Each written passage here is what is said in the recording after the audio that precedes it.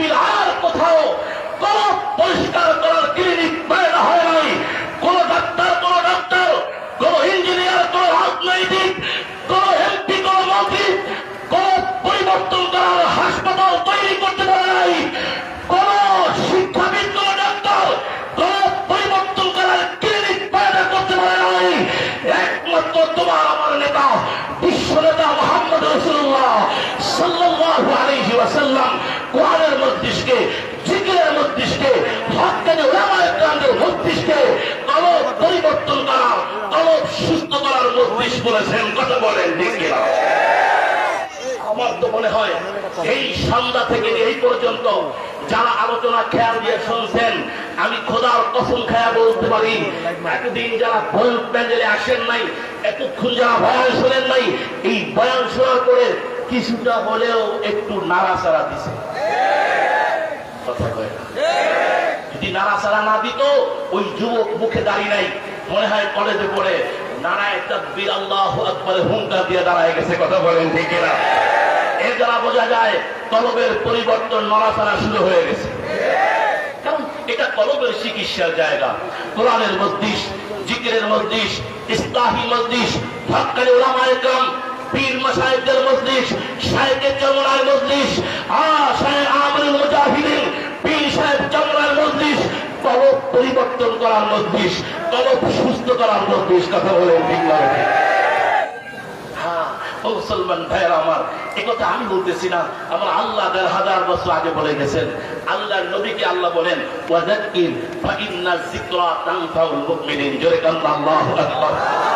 আল্লাহ তাআলা বলেন, হে নবী, আপনি জিকির করতে থাকেন, বয়ান করতে থাকেন, তেলাওয়াত করতে থাকেন, কোরআনের কথা বলতে থাকেন, ইসলামের কথা বলতে থাকেন, কোরআনের আয়াত তেলাওয়াত করতে থাকেন। ওয়াতলু মা উহিয়া ইলাইকা মিন রাব্বিকা মিন কিতাব। হে আল্লাহ, হে নবী, আমার রব থেকে, আপনার পক্ষ থেকে, আমি আল্লাহর পক্ষ থেকে আপনার কাছে যেই কোরআন নামক কিতাব পাঠানো হয়ে গেছে, আপনি সেইটা তেলাওয়াত করতে থাকেন। জোরে বলেন আল্লাহু আকবার।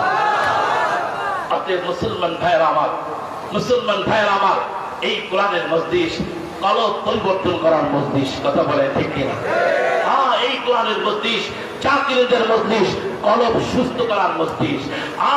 আজকে বাংলার জমিনে কারা সুস্থ দেন, কাদের কলব সুস্থ, কাদের কলব পরিষ্কার, কাদের কলব পবিত্র, এটা কথা দ্বারাই বোঝা যায়। যায় কি যায় না? জোরে বলেন, যায় কি যায় না? ও মুসলমান, যারা মুখ জবান থেকে আল্লাহর নাম নেয়, যারা জবানে আল্লাহ পাকের জিকির করে, যারা কোরআন তেলাওয়াতকে মহব্বত করে, যারা আযানকে মহব্বত করে, উলামায়ে কেরামদেরকে মহব্বত করে, নিশ্চিত বোঝা যাবে তার কলবটা সুস্থ আছে। কথা বলেন জোরে বলেন ঠিক কিনা? হ্যাঁ। আর যার জবান দিয়ে বের হয়, যার জবান দিয়ে বের হয় শরীয়তের আইন বিশ্বাস করি না, মনে করতে ওর কলব সুস্থ না অসুস্থ। কথা বলেন ঠিক কিনা?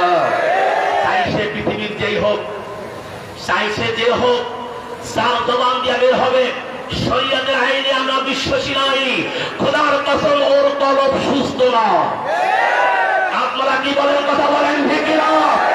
হে মুসলমান ভাইয়েরা আমার, স্পষ্ট মনে রাখবো, যার জবান দিয়ে বের হবে আযানের আওয়াজ বেশ্যার আওয়াজের মতো শোনা যায়, খোদার কসম ওর কলব সুস্থ না অসুস্থ। কথা বলেন ঠিক কিনা? সেই বেঈমান দাড়ি টুপি দেখলে জঙ্গিবাদের ঘ্রাণ পায়, মনে করতে ওর কলব সুস্থ না অসুস্থ। কথা বলেন ঠিক কিনা? সেই বেঈমান, যেই নাস্তিকের বাচ্চা দাড়ি টুপি দেখলে রাজাকারের ঘ্রাণ পায়, মনে করতে ওর সুস্থ কলব নয়, ওর কলব অসুস্থ।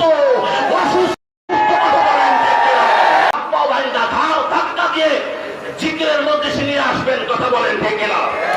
ওর হাত পাও বেঁধে পাশার ভিতরে জুতার বাড়ি দিতে দিতে ওলামায়ে কেরামের মধ্যে নিয়ে আসবেন, যদি সে আখরাতে পার পাইতে চায়। কথা বলেন। ও মুসলমান ভাইয়েরা আমার, অতএব বড় সাবধান।